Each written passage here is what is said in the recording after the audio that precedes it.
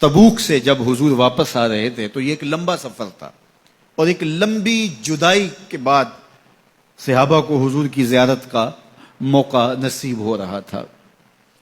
تو لوگ ترس گئے تھے۔ ایک وہ منظر کہ شام سویرے حضور کے پیچھے نمازوں کی بہاریں، حضور کے چہرے کی زیارت اور آقا کریم علیہ الصلوۃ والسلام کی دل آویز اور میٹھی باتوں کو سننا، کیا مناظر تھے۔ صحابہ روز یہ مزے لوٹتے تھے۔ جب دل اداس ہویا سیدھے حضور کی خدمت میں آ گئے، چہرہ انور کو دیکھا، ساری پیاس بجھ گئی۔ اور آج کتنے دن ہو گئے ہیں کہ حضور کو دیکھا نہیں، حضور تبوک پہ تشریف لے گئے۔ تو ایک لمبا سفر تھا تبوک کا، اور جب حضور واپس آئے تو جو اہل مدینہ اداس ہو گئے ہوئے تھے، ان کو گوارا نہیں تھا، تو وہ ذرا شہر سے باہر نکل کے حضور کے استقبال کے لیے گئے۔ مدینہ المنورہ کی جہاں حد ہے اس حد کے قریب پہنچ گئے۔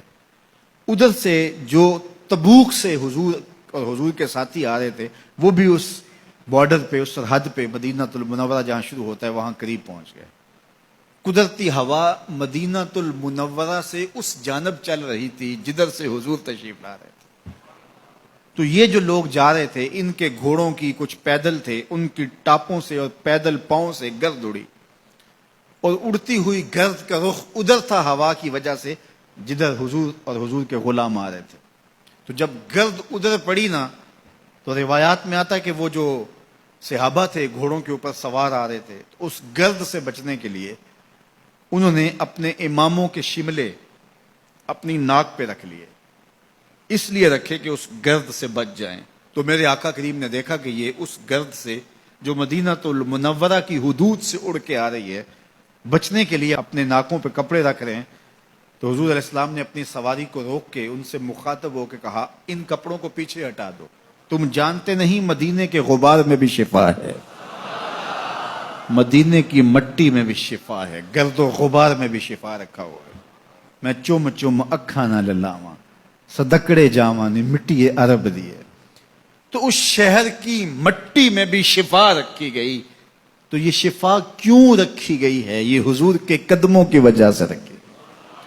حضور تشریف فرمائے، شہر حضور کا ہے، اس لیے اس کو برکتیں دی گئی۔ تو یہ کیسی فکر ہے کہ مسجد نبوی میں نمازیں پڑھنے جائیں اور حضور کے روضے کی زیارت کرنے نہ جائیں۔ حضور کی بارگاہ میں حاضری اہل ایمان کے لیے بہت بڑی سعادت ہے۔ امام مالک کہتے ہیں کہ حضور نے ارشاد فرمایا، جس نے میرے وصال کے بعد میری قبر کی زیارت کی، گویا اس نے میری زیارت کی۔ تو امام مالک کہتے ہیں کہ اگر کوئی حضور کے روضے کو دیکھنے جائے یا دیکھ کے آئے تو یہ نہ کہے کہ میں حضور کے روضے کو دیکھ کے آیا ہوں، بلکہ کہے میں حضور کو دیکھ کے آیا ہوں، میں حضور سے ملنے جا رہا ہوں، میں حضور سے مل کے آیا ہوں۔ اس لیے کہ جس نے حضور کے روضے کی زیارت کی اس نے حضور کی زیارت کی۔